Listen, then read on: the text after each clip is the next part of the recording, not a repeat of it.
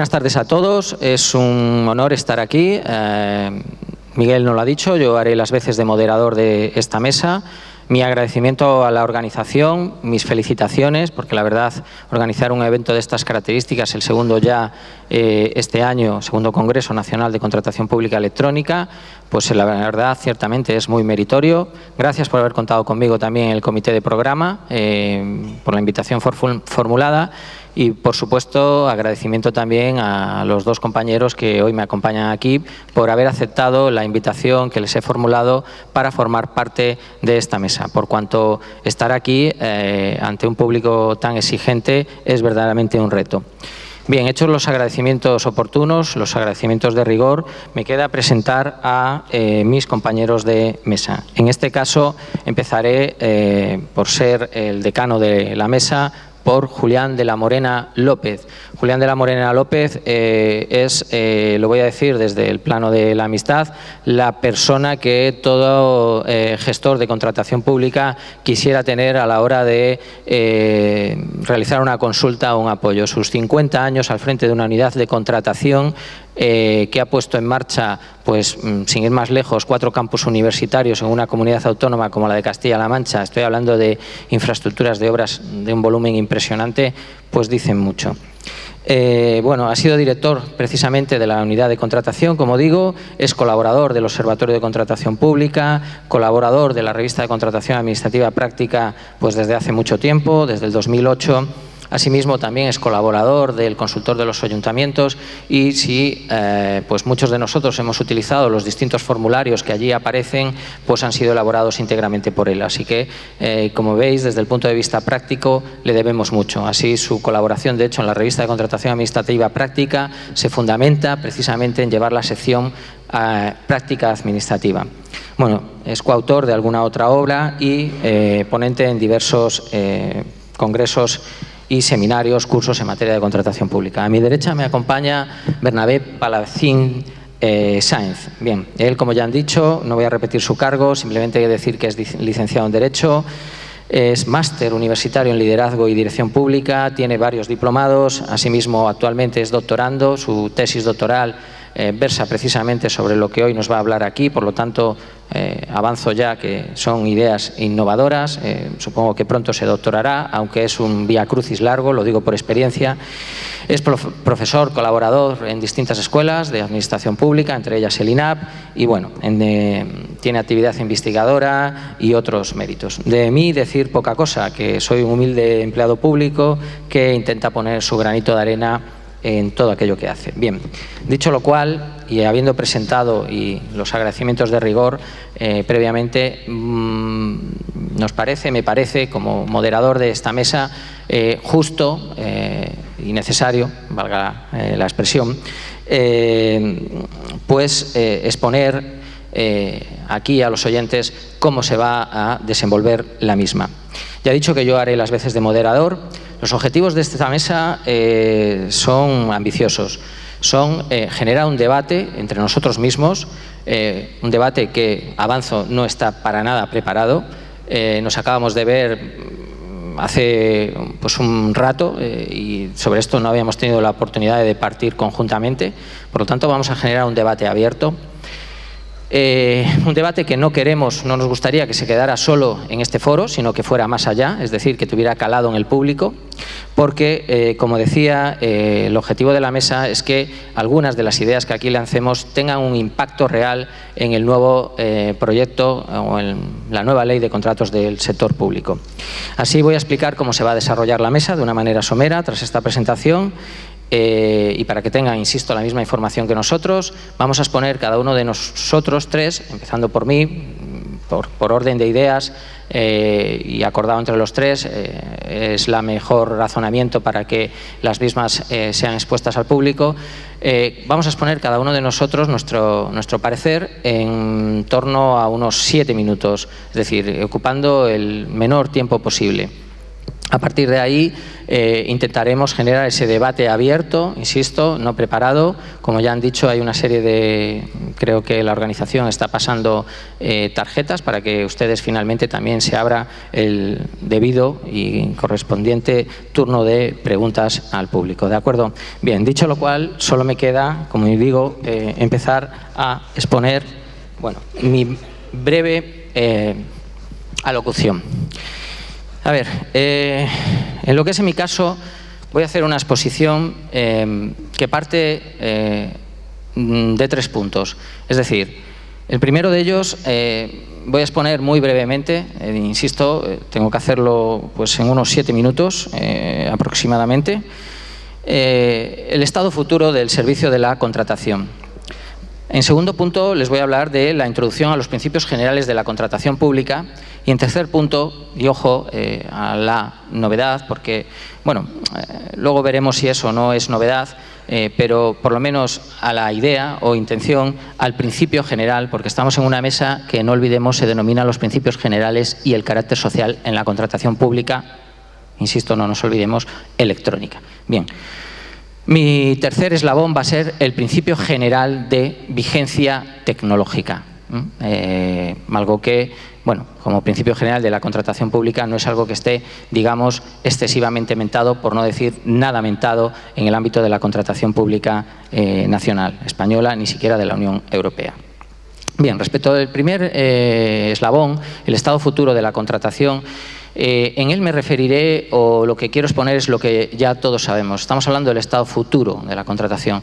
Es evidente que sabemos que la contratación pública electrónica nos va a traer, o pensamos, o creemos, yo lo afirmo, beneficios en la gestión de la contratación pública, en la gestión de los contratos públicos, pero no solo para los operadores públicos, sino también, lo creo ciertamente, para los operadores privados. O sea, son muchas las bondades que la contratación pública electrónica nos puede traer.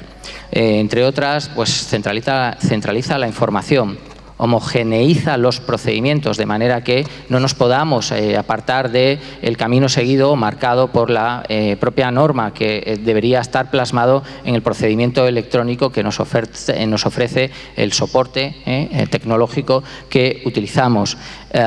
Evidentemente son herramientas que nos sirven para controlar plazos, podemos tener alertas, se rompen las barreras físicas y geográficas, por lo tanto también permite una mayor accesibilidad, también desde el punto de la accesibilidad de las personas con discapacidad.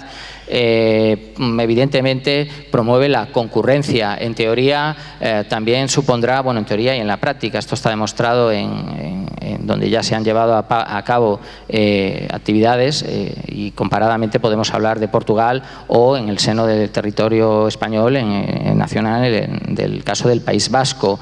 En definitiva, todo esto redunda en una mejora de la eficiencia y la eficacia.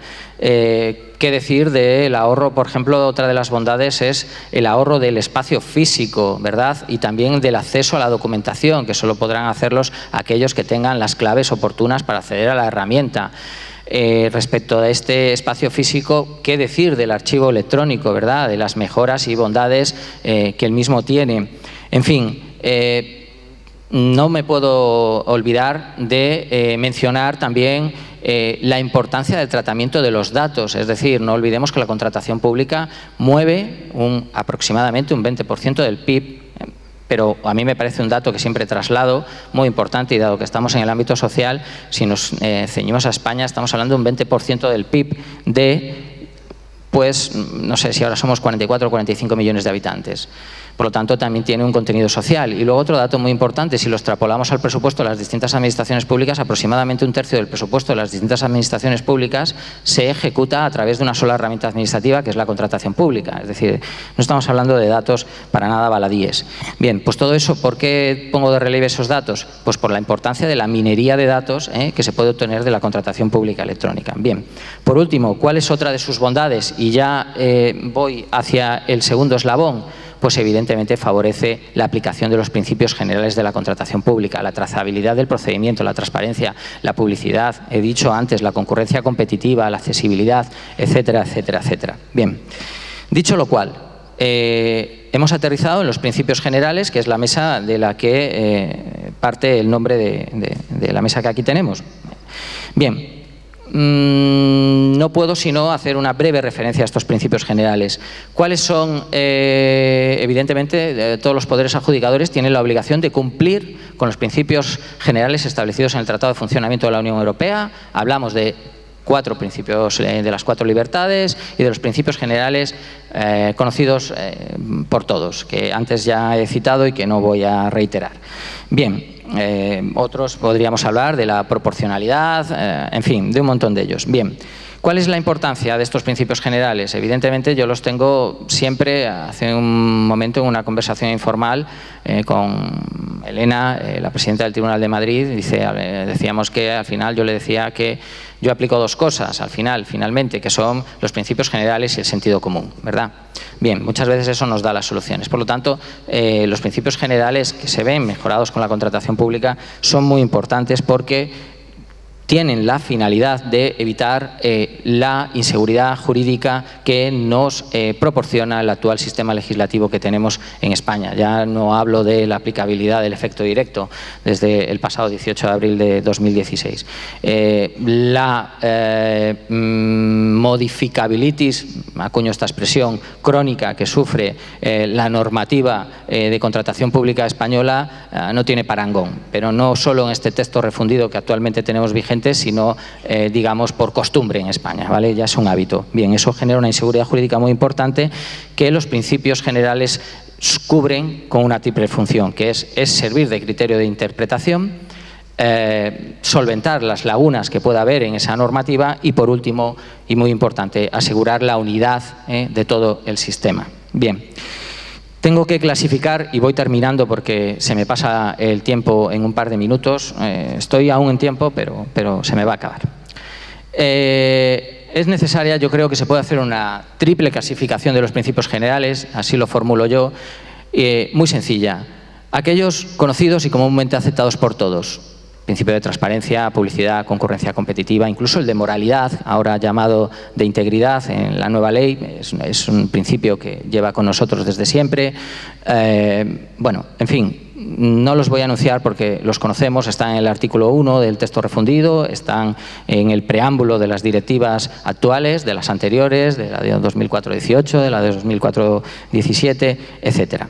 Bien, en un segundo estadio podríamos situar aquellos principios generales fácilmente aceptables por todos nosotros y que digamos que podríamos denominar no como novedosos, porque no son necesariamente novedosos, pero sí recientes, esa es la palabra. Por lo tanto, dentro de estos principios es donde podríamos ubicar al principio general en la contratación pública de vigencia tecnológica, ¿vale? Hasta ahora no enunciado. Los principios generales, para que tengan efectos, deben positivizarse en nuestros textos. Es decir, deben pasar a ser derecho positivo, porque Rebollo Puig decía que los principios no se descubren, o sea, no se inventan, perdón, sino que se descubren, están íncitos en nuestro ordenamiento jurídico. Probablemente nadie aquí ponga oposición a, bueno, pues que el principio de vigencia tecnológica es comúnmente o fácilmente aceptable por todos. Por tanto, por eso lo podemos ubicar en ese segundo estadio. Y un tercer estadio importante es donde ubicamos a aquellos principios de difícil inclusión, que necesitan una apuesta por los mismos, que necesitan ser impulsados, ser defendidos, que, insisto, están en nuestro ordenamiento jurídico, y en esos pues puedo enunciar 2, que son el principio general de desarrollo humano y el principio general de sostenibilidad ambiental en materia de contratación pública. Estos principios ya existen en el derecho positivo de algunos estados, por lo tanto no son tal una novedad y vienen existiendo desde aproximadamente una década. No tengo tiempo para fundamentar la necesariedad de los mismos, pero vamos, lo afirmo y lo he puesto por escrito y siento si alguien no comparte la opinión, pero ya lo he publicado. Dicho lo cual, el principio general de vigencia tecnológica, porque no nos olvidemos que estamos en un Congreso Nacional de Contratación Pública Electrónica. He caído al final en el principio general de vigencia tecnológica. Primero apuesto por su positivización, es necesario. Ya he dicho que es de reciente aparición, que no es una novedad, pero quiero exponer las ideas de este principio general desde dos puntos de vista. Desde el punto de vista que tiene que estar presente en el objeto del contrato, por lo tanto estamos hablando de la fase de ejecución, pues desde el punto de vista de la reposición del bien, de la reparación, de su vida útil, de su duración. Luego hablaremos de ello, incluso de otros aspectos, pero tiene que estar presente, es decir, sin ir más lejos, que la tecnología que utilicemos en el objeto del contrato, dicho de una manera coloquial, sea tecnología punta. ¿De acuerdo? Y por lo tanto tiene posteriormente una segunda vertiente, que es la de las dos primeras fases del expediente de contratación, la fase de admisión y la fase de adjudicación-valoración o valoración. Bien, este principio de vigencia tecnológica tiene que estar presente en nuestros procedimientos y en las herramientas que utilicemos para ponerlos en marcha. Y eso deriva, si no, está intrínsecamente ligado a la contratación pública electrónica. Por eso cabe analizar si, sabiendo que la positivización de los principios generales supone su obligatorio cumplimiento, si nuestro nuevo texto que está ahora mismo en marcha contempla verdaderamente este principio general de vigencia tecnológica, es decir, si tenemos una verdadera contratación pública electrónica. Le voy a dar paso a Bernabé, me he excedido un poco de mi tiempo, le pido disculpas a mis compañeros. Bernabé, por favor. Buenas tardes a todos. Gracias, Julián. Gracias, Jaime, y a todos ustedes por tener la oportunidad esta tarde de comunicarnos con un tema tan interesante, a pesar de esta hora que es un tanto difícil por la hora de la tarde, ¿de acuerdo? Yo recojo la palabra de Jaime cuando se refiere a esa segunda clasificación, a ese segundo estadio de principios conocidos, aceptados por todos, que habla de la promoción del desarrollo de las personas, de la promoción del medio ambiente. Y me pregunto, en un marco como en el que estamos, en un congreso de contratación electrónica, me pregunto si la contratación electrónica contribuye algo a desarrollar estos principios. ¿Para qué sirve? ¿Qué necesitan? ¿Estos principios necesitan de la contratación electrónica?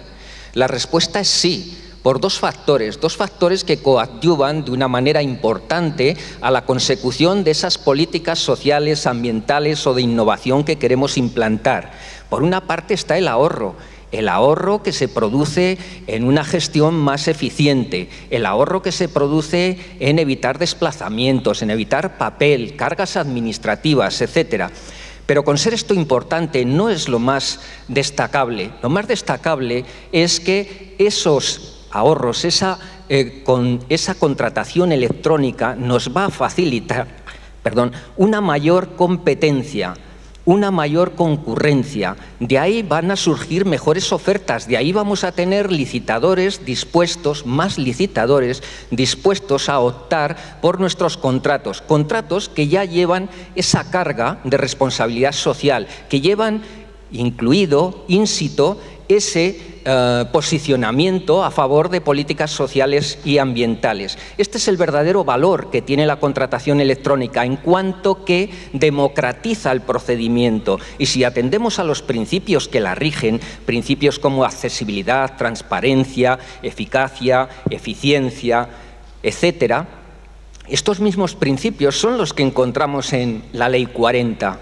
Son principios que sustentan una administración que opta por un procedimiento electrónico, y este procedimiento es el que sirve para impulsar, para apoyar estas políticas en las que queremos influir. ¿Cómo llevar esto a la práctica? Porque claro, una cosa es predicar y otra es dar trigo. Bueno, hablamos de una administración en la que debemos plantearnos el qué y para quién se hacen las cosas. Esto es primordial. El qué y para quién habla de estas políticas en las que queremos incidir. El cómo, que sería el siguiente paso, sería cómo se llevan a cabo, con qué procedimientos. Aquí se sitúa el tránsito de una administración meramente burocrática, una administración que está orientada hacia el cómo se hacen las cosas y muy lejos del para quién se hacen las cosas, y que necesitamos, dentro de este nódulo central donde se fabrica el procedimiento de contratación, necesitamos esa migración para que, atendidos estos principios que rigen la contratación electrónica, pero que también rigen el procedimiento electrónico previsto en las leyes 39 y 40, los necesitamos para hacerla más eficiente, para conseguir esa mayor concurrencia que es vital para contribuir a estas políticas. Y por último, una vez que trabajamos en este procedimiento, necesitamos preguntarnos qué resultados obtenemos, qué impactos. Es decir, de nada sirve introducir un procedimiento electrónico, observar estos principios, aparentemente tiene todas las ventajas, pero ¿cómo sabemos si verdaderamente hemos incidido en las políticas sociales y ambientales? ¿Cómo sabemos si hemos favorecido a las personas, como dice la Comisión Europea, con múltiples desventajas, a aquellos excluidos socialmente, a aquellos que para los que no se respeta un plan de igualdad, a las personas con discapacidad? ¿Cómo sabemos si los impactos que la administración pública tiene con el consumo de sus bienes y servicios en el medio ambiente están siendo de alguna forma corregidos, limitados? Para eso es necesario medir, hay que medir estos impactos. Ese sería el tercer escalón que se ve favorecido por esta implantación de un procedimiento que es electrónico, la contratación electrónica. Si hablamos ya, esto es, digamos, el hilo conductor que nos lleva a donde podemos encontrar ubicada la contratación electrónica, que recordemos es una herramienta, tengámoslo presente esto, es una herramienta para conseguir estas políticas de promoción, de desarrollo personal y de sostenibilidad ambiental.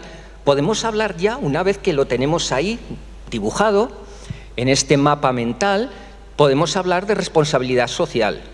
La responsabilidad social hemos de entenderla como aquel plus que se sitúa por encima de la norma, no incumpliéndola, por encima de la norma, por encima de convencionalismos, y que afecta tanto a las personas, al entorno del medio ambiente, y afecta también a los grupos de interés.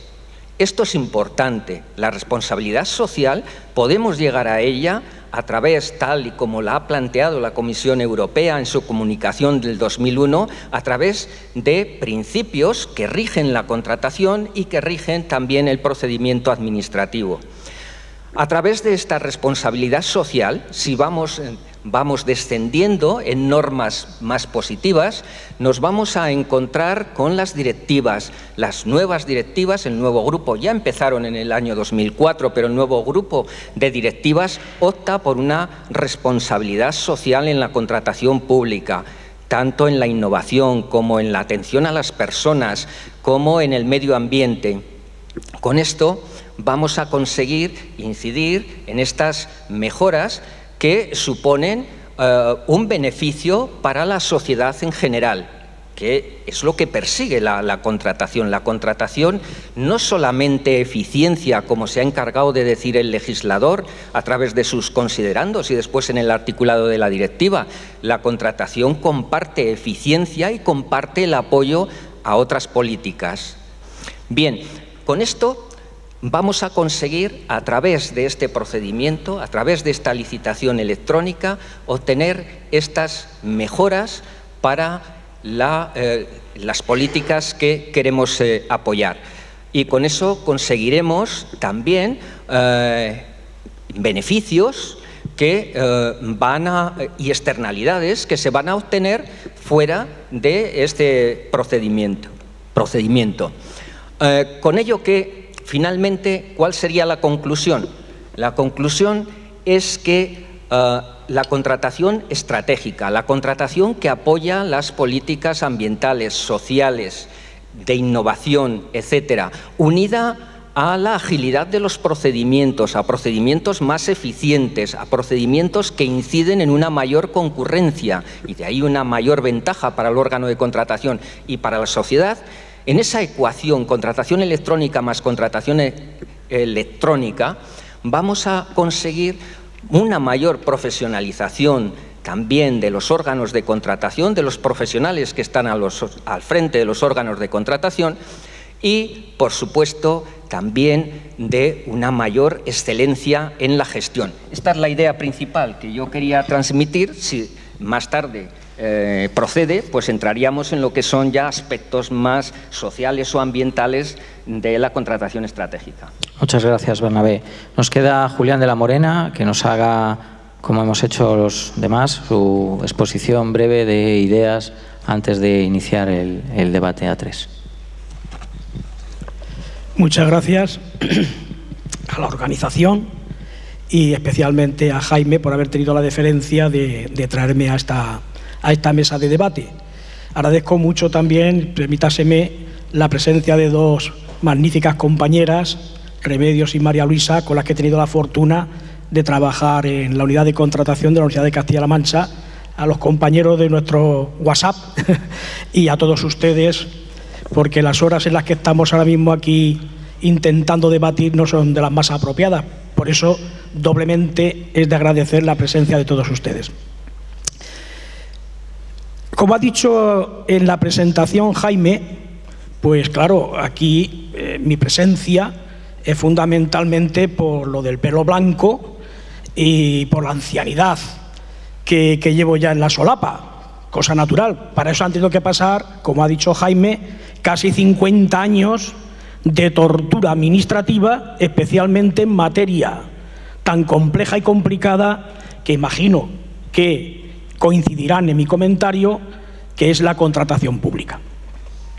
Y esta mañana, pues al llegar aquí a la Facultad de Medicina, pues claro, me han venido también recuerdos de cuando venía a principios de los años 70, primero pertenecía a Educación y Ciencia hasta el año 71, en el año 71 me incorporé a la Universidad de Castilla-La Mancha por los procesos selectivos correspondientes y he servido a esta institución académica solamente 17 años.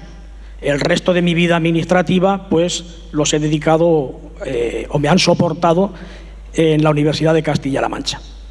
Y cuando he llegado esta mañana decía, pues he visto un grupo de muchachas y de muchachos con sus atuendos deportivos corriendo por las zonas ajardinadas de esta maravilla de ciudad universitaria. Y no se me ha ocurrido preguntarle, oye, ¿y vosotros por qué corréis? Porque cuando yo venía en los años 70, principios de los 70, y veía también a un grupo de jóvenes, muchachas y muchachos, corriendo, yo también corría. Porque había que huir. Se huía, no se corría. Entonces, no preguntaba que si es que estábamos huyendo, porque los manguerazos venían por detrás y las porras también andaban un poquito sueltas, lo cual me complace de haber sobrevivido a todos estos tiempos y poder ahora pues también comprobar esta juventud sana, deportiva, que gozosamente disfrutamos en nuestra España. Bien, y la primera pregunta que se puede, formular es, ¿y qué experiencia en 50 años de administración electrónica o de uso de medios tecnológicos he tenido la oportunidad? Perdóname, Jaime, si me voy un poco del guión, pero es que me gusta comentar esto con la gente joven. Pues miren ustedes... A Julián, lo he dicho, es un reto tenerle, lo conozco, es amigo, es anárquico y tiene la palabra. Soy muy breve. Cuando yo empecé en la administración no habían fotocopiadoras, no había aire acondicionado, no había calculadoras, o sea, todas estas cosas que ven ustedes hoy en día que están más que superadas, entonces no existían. Por poner un ejemplo sencillo, cuando había que hacer una copia de un título o de cualquier documento, lo que se hacía era una copia literal a punto y raya. Y luego la compuse y dicen ustedes, bueno, ¿qué es la copia literal a punto y raya? Pues coges el papelito, meterlo en el rodillo de la máquina aquella, Lexicon 80, la letra 98, Hispano Olivetti de 1931, en la que yo empecé a escribir, y empezar a copiar el documento diciendo, por ejemplo, un título, En la parte superior izquierda hay un título tal, o sea, el escudo nacional, que patatín, que patatán. Su excelencia el jefe del Estado, punto y raya, y en su nombre el ministro de Educación y Ciencia, punto y raya, etcétera, etcétera, lo que era la transcripción literal del título. Y llegaron las fotocopiadoras y nos supuso un avance enorme, porque no había cosa que más quebrara la armonía y la paz en la oficina que un usuario viniera a pedirnos una copia literal de las de entonces. Ese, digamos, que fue uno de los avances. Y otro fue algo tan simple como una mera calculadora, porque los cálculos entonces en la administración se hacían a mano y eran columnas rabiosas de largas, enseguida, rabiosas de largas en las que había que estar sumando y había que saber sumar de cabeza. Llegaron las calculadoras. La primera que tuve costó 1000 pesetas, de estas chiquititas, pero aquello fue un avance tecnológico enorme. Y otro avance también muy importante fue cuando mecanizaron la nómina del Ministerio de Educación y Ciencia, que estaba en la calle Vitruvio, los que sean madrileños sabrán dónde está la ubicación, número 2, en los años 70. Y ya estaba mecanizada la nómina de Educación y Ciencia. Otra cosa era el banco, que tenía que ordenar y mover el dinero para que llegase a la cuenta del funcionario. Que eso sí se pegaba entonces, porque los bancos siempre han ido en la cola en el furgón de cola del Progreso, y tardaba entonces un banco, pues a lo mejor hasta 15 y 20 días en ingresar la nómina. Fue también un gran avance. Pero el mayor avance que yo he experimentado, ¿saben ustedes cuál es? Pues muy sencillo. Las listas de clase, las actas de examen, las papeletas de las asignaturas, porque nos poníamos en el mes de septiembre haciendo las matrículas y terminábamos en mayo de hacer las actas de examen, las papeletas, porque todavía había que hacerlo picando las teclas con la máquina esa famosa, Lexicon 80, Lettera 98, etcétera, etcétera, de Hispano Olivetti. Así que cuando aquí esta Universidad Complutense nos reunió y nos dijo que íbamos a tener libros de matrículas electrónicos, actas electrónicas, papeletas electrónicas, ya ha sido el progreso que más he disfrutado de mi vida profesional. Es decir, me supuso 8 meses de trabajo en apenas una semana. Y además nos lo daban hecho desde el Centro de Proceso de Datos de la Universidad Complutense, que eran unas naves con unos armarios enormes, con cintas de esas, imagino yo que serían magnéticas o del tipo que fuesen, y fue un gran progreso. Pero todo eso, y es lo que yo le he hecho también a los compañeros, a Jaime y a Bernabé esta mañana, decía, pero hay dinero para esto de la contratación electrónica. ¿Alguien ha pensado desde las Cortes y desde el Gobierno que esto necesita dinero? ¿Por qué? Porque hubo una ley en el año 1970, que era la Ley General de Educación, que era de reforma y financiamiento educativa. Una buena ley. Se hizo unos grandes progresos, se hizo un nuevo sistema universitario, que es cuando se crearon las escuelas universitarias, los colegios universitarios, los ciclos universitarios, el primer ciclo, con la arquitectura técnica, la diplomatura, la ingeniería técnica, el ciclo superior con las licenciaturas, arquitecturas, ingeniería, etcétera, etcétera. Necesita financiación, pero yo es que no he visto todavía por ninguna parte, ni siquiera en los presupuestos generales del Estado, si efectivamente alguna de esas macropartidas, o aunque sean micro o mini partidas, se va a dedicar a la contratación pública, porque vale dinero. Y el segundo aspecto que me preocupa enormemente es la formación del personal. ¿Por qué? Porque miren ustedes, o mirad, compañeros, os trato a todos de compañeros. Si no hay formación, la ley va a caer por su propio peso. Se necesita, pero es que ya no podemos ir a la formación de un individuo, hombre o mujer, de que sea el totum factum de la administración o de esa unidad o de ese servicio. Eso ya ha pasado a la historia. El superjefe o el magnífico jefe o el todo lo sabe, eso ya ha pasado a la historia. Esta contratación, esta que viene en el proyecto e incluso la que estamos todavía viviendo de ese Real Decreto Legislativo del 2011, exige que se interactúe entre todas las unidades, servicios o secciones que participan en la contratación. Lo que es un disloque es lo que venía ocurriendo antes. Le voy a poner un ejemplo muy sencillo para que ustedes lo entiendan. El proponente del contrato, y hablo de una universidad en la que hay, que me corrijan las compañeras Remedios y María Luisa, si no estamos hablando de 1.500 potenciales proponentes de contratos. Es decir, todos los profesores proponentes de contratos. No hablemos de los directores, decanos, de centros, de departamentos, directores de grupos de investigación, profesores que tienen ayudas por sus empresas, por sus spin-off o por donde consigan subvenciones. El hecho de querer comprar lo que es un mero microscopio, pues ya es un proponente porque no va a decir qué microscopio es el que quiere. Tenemos la unidad, lógicamente, que es la que gestiona el contrato, que es la unidad de contratación. Tenemos la asesoría jurídica, el control interno. También teníamos por aquí un compañero, Javier, no sé si se habrá marchado. No, le coincidía otra mesa de estas. Bueno, el caso es que esto debe convertirse en algo multidisciplinar y que lo que es la acción, lo que es la programación y lo que es el desarrollo de la estrategia de cómo hay que llevar los contratos, sería deseable que tuviéramos la oportunidad todos de que participaran conjuntamente. ¿Por qué digo esto? Porque antes el proponente del contrato mandaba la propuesta del contrato a la unidad de contratación.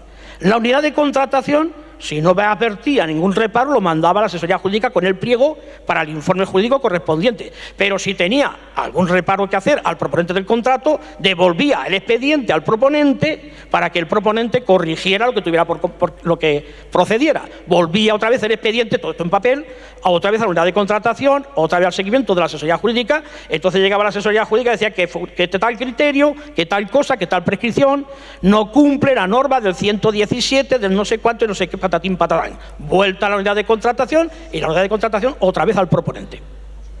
¿Ya? Bueno, en definitiva, que cuando se hacía un diagrama de flujos de dónde iba el papel, dónde empezaba el papel y dónde terminaba el papel hasta que terminaba el contrato, pues pasaban varios meses. Estoy absolutamente convencido de que la contratación electrónica eso lo supera, lo tiene ya superado. ¿Bien? ¿De acuerdo? Pero una cosa, el último punto que toco. A pesar de la financiación, si es que la va a haber, a pesar de que hay que contar ineludiblemente con esa formación, innovación, y la innovación está en vosotros. Innovación, estrujaros la cabeza y pensar de qué manera podéis mejorar los procesos, podéis mejorar los procedimientos, aliviar los tiempos, simplificar los trámites, porque mirad, y lo digo con orgullo de esas dos personas que me he referido anteriormente. En el año 1988, la Universidad de Castilla-La Mancha ya tuvo su registro de empresas contratistas. Nada tiene que ver con la clasificación de empresas, pero toda la documentación que tenían que aportar las empresas, en el año 88 ya no era necesario. La llevaban una vez y les servía para todas las licitaciones posteriores. Segunda innovación importante es que desde 1996 la Universidad de Castilla-La Mancha tenía lo que posteriormente se conoció como perfil de contratante.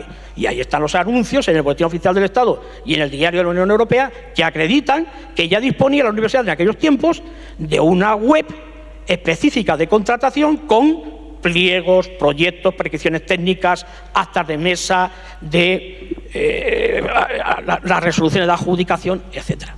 Por tanto, financiación, formación del personal, innovación y a darle pues todo lo que se pueda al cerebro para intentar mejorar esta contratación pública electrónica que es de todos y que nos favorece a todos. Muchas gracias y disculpad. No hemos terminado. La idea era, efectivamente, lo que dice Julián, pues es así, efectivamente, innovando es lo que estamos intentando hacer, la verdad. Pues muchos de nosotros, y aquí podéis interrumpirme cuando queráis, compañeros, es lo que estamos intentando hacer muchos de nosotros en el día a día. Es decir, en un Congreso Nacional de Contratación Electrónica, por ejemplo, y no hablo por hablar de mí, no vengo a hablar de mi libro, enunciar el principio general de vigencia tecnológica y apostar por su inclusión en nuestro derecho positivo, en nuestro próximo texto legislativo, pues es un grado, es una apuesta seria por lo mismo. Innovar, estamos innovando todos.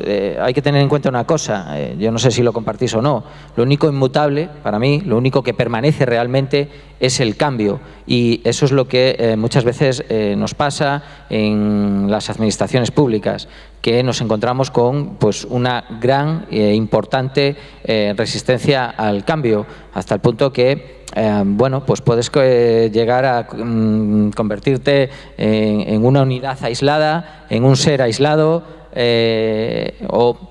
aislado en el buen sentido de la palabra, aislado en el sentido de no ser comprendido o no compartir pues, tus ideas de progreso. Al final, muchas veces lo que ocurre es que venimos pensando en que, bueno, todo nos lo darán hecho, somos empleados públicos, pero no es así. Tenemos enfrente una ciudadanía que, bueno, pues aboga porque efectivamente se gestione el dinero público pensando efectivamente en la propia ciudadanía, porque bajo mi punto de vista el derecho público, el derecho administrativo, el derecho a la contratación pública ha ido descendiendo, no tiene otra finalidad que la atención a aquellos a los que sirve. Y creo, lamentablemente, que es una vertiente del derecho esta olvidada en los últimos tiempos. Es decir, se ha primado eminentemente la vertiente económica. Cuando bueno, si uno lo piensa, los principios generales, por ejemplo, de los que yo hablaba antes, son económicamente sostenibles a corto, medio y largo plazo. Bueno, como mis compañeros no me interrumpen y el tiempo se me acaba y quiero dar respuesta a la pregunta que tenemos, voy a hacer simplemente unas breves conclusiones. En esta mesa, en mi caso, he apostado por la positivización en el derecho de la contratación pública de una serie de principios generales, y dado que estamos en, ¿por qué? Por la importancia, son el alma mater del derecho, el alma mater de la contratación pública, son la madre nutricia de la misma y aquel elemento al que finalmente debemos agarrarnos. Debemos apostar, por tanto, por el principio general de desarrollo humano, Bernabé lo ha desarrollado un poco más al plano práctico, el principio general de sostenibilidad ambiental, el principio general de vigencia tecnológica. Y en palabras de Bernabé, estoy concluyendo nuestras exposiciones, esa contratación responsable en el marco de una contratación pública electrónica. Yo acuño también una palabra que es que actualmente no tenemos una contratación pública electrónica, sino que tenemos una contratación pública y electrónica, lo cual nos lleva a esa duplicidad, a ese híbrido que vivimos en el día a día los que trabajamos en contratación pública.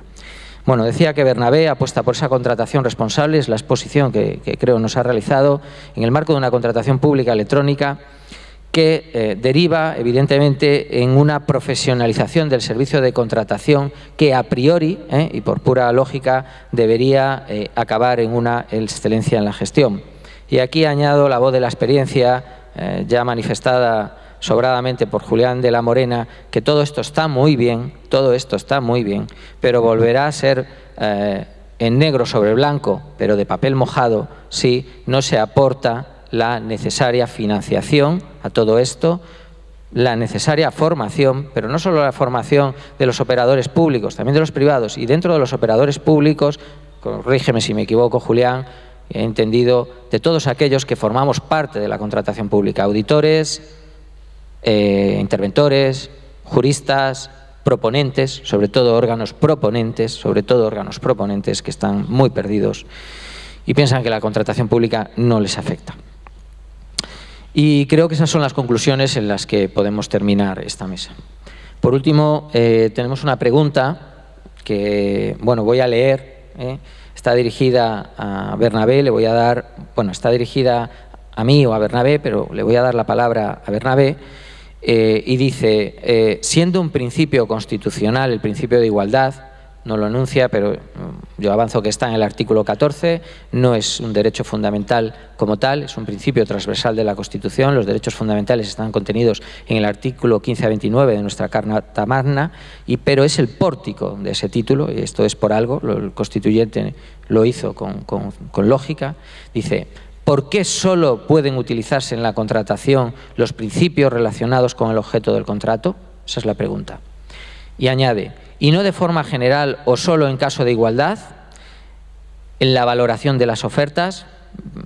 Perdón si no entiendo muy bien yo tampoco la pregunta. O sea, como criterios de igualdad. Bernabé, si tienes el gusto, por favor. Sí. Gracias. Entiendo que se está refiriendo al principio de igualdad, no al principio de igualdad de licitadores, sino al principio de igualdad hombre-mujer, en la valoración de los distintos criterios que nos sirven para la adjudicación del contrato.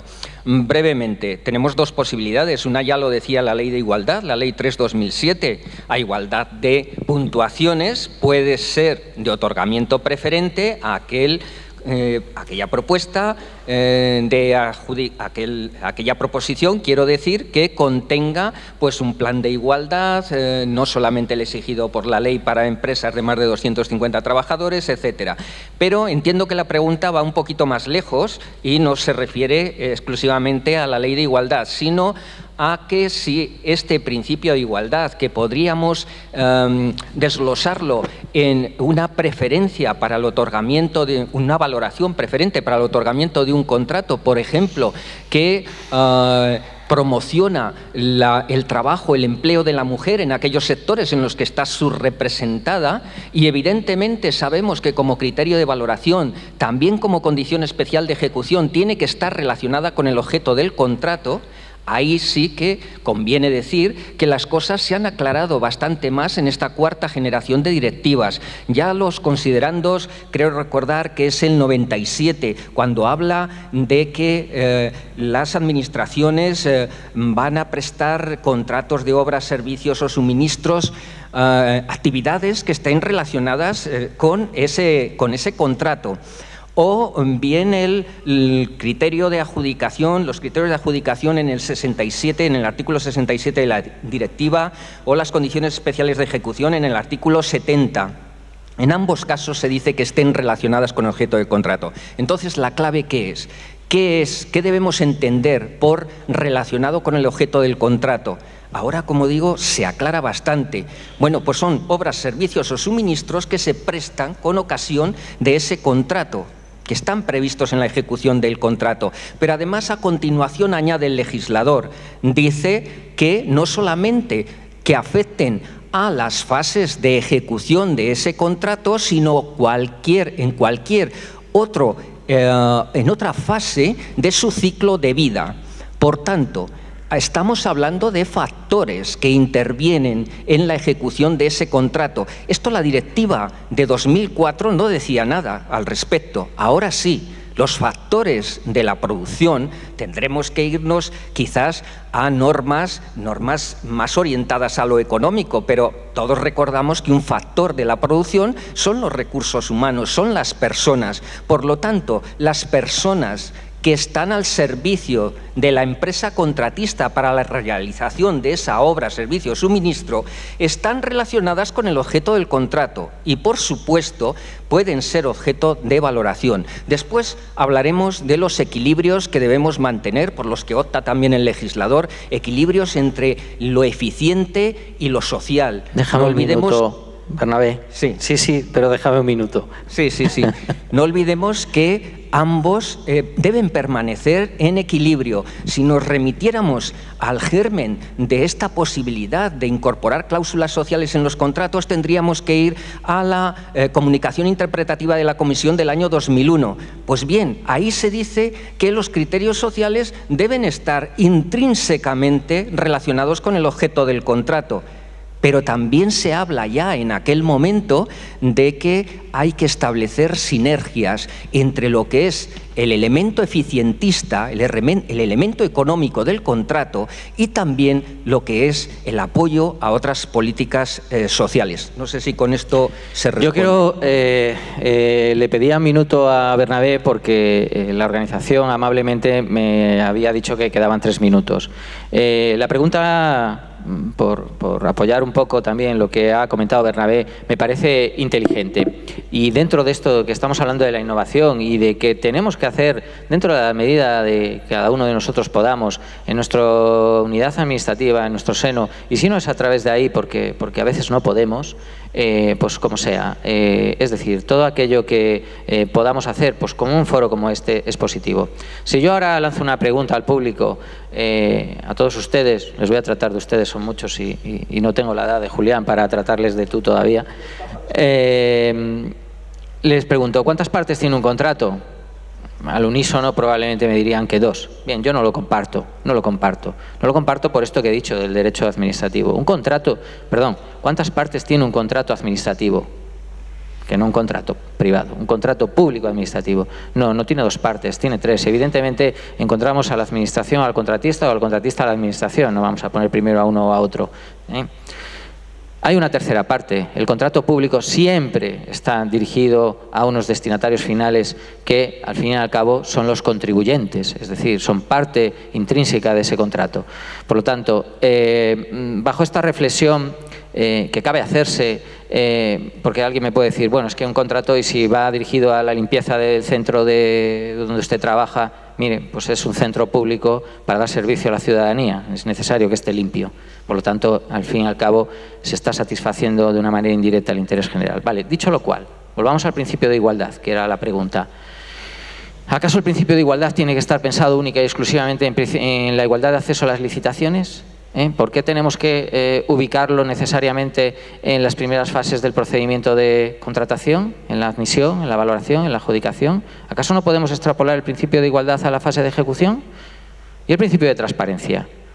El principio de transparencia hasta ahora lo asimilábamos a la publicidad, ¿verdad?